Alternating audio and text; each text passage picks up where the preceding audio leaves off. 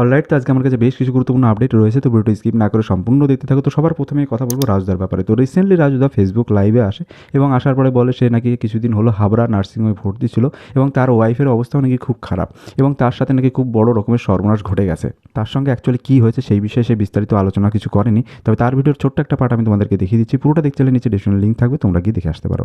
আমার ওয়াইফও খুব অসুস্থতার মধ্যে ছিল, দুজনে ক্রিটিক্যাল সমস্যার মধ্যে হাবড়া নার্সিংহোমে ভর্তি ছিলাম। সেখান থেকে যে ঠাকুর ফেরত নিয়ে যেতে পারছে এই আমার কাছে অনেক ভাগ্যের ব্যাপার।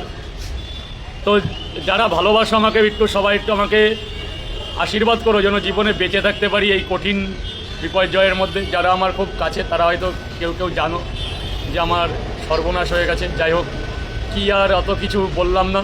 নেক্সট কথা হলো ফুটকার ব্যাপারে। তো রিসেন্টলি ফুটকা বাংলাদেশিদের পোক করে একটি পোস্ট করে এবং সেখানে সে লেখে, আনন্দ মালগুলোকে হেভি কেলিয়েছে, কেলাচ্ছে এবং কেলানো হবে।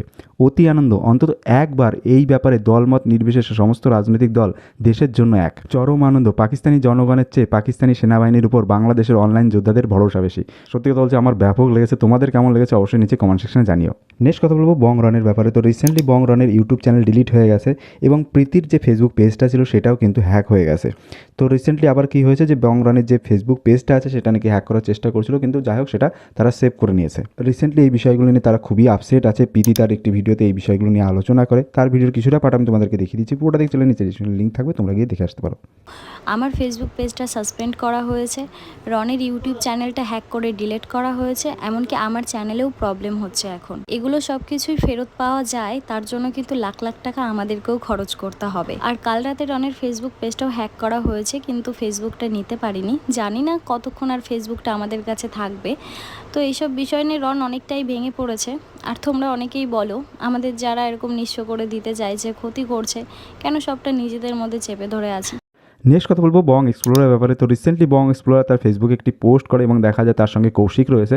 আর তার ক্যাপশনে সে লিখেছে, দুজনের ঘুরতে ঘুরতে সব টাকা পয়সা শেষ সম্বল সেললেস টি শার্ট পরে আছে, এটাও না কোন দিন বিক্রি করতে হয় ইউটিউবের চক্করে। তো এই পোস্টটা আমার বেশ ভালো লেগেছে, যার জন্য আমি তোমাদের সাথে শেয়ার করলাম। তোমাদের কেমন লেগেছে অবশ্যই কমেন্ট সেকশনে জানিও। আর সত্যিই কি তাদের টাকা পয়সা শেষ হয়ে যাচ্ছে, তোমাদের কি মনে হয়? নেক্সট কথা বলবো রাহুল দেকে নিয়ে। তো রিসেন্টলি তোমরা সবাই জানো বিরাট কোহলি টেস্ট ক্রিকেট থেকে অবসর নিয়ে নিয়েছে। তো সবার মতন রাহুল দে খানিকটা আপসেট ছিল এবং সে তার ইনস্টাগ্রাম স্টোরিতে এই বিষয়ে একটি পোস্ট করে এবং সেখানে সে যেটি বলে, আমি জাস্ট একটা জিনিস দেখছিলাম, যেটা হচ্ছে বিরাট কোহলি কালকে রিটায়ারমেন্ট নেওয়ার পর আমি কোনো স্টোরি দিইনি, বাট একটা জিনিস আমি ভাবলাম, দ্যাট ইজ লাস্ট টাইম যখন বিরাট অ্যান্ড রোহিত অস্ট্রেলিয়ায় খেলছিল লাস্ট টেস্ট ম্যাচ, ভাই আমরা কেউ জানতামই না যে ওটা ওদের লাস্ট ম্যাচ। ওকে, কারোরই ফর্ম ঠিকঠাক ছিল না, সো অনেকে জাজ করেছি, ইভেন ফ্যানরা এবং যারা হেট করে তারাও কত জাজ। এখন যখন সে রিটায়ার করে গেছে, নাও ভাই আর 750 রান মতন বাকি ছিল, 10,000 হয়ে যেত, রোহিত শর্মা হয়তো আর একটু খেলতে পারতো, কোহলি আরও সবে 36, ভাই সচিন তো 39 বছর বয়স অব্দি খেলেছে।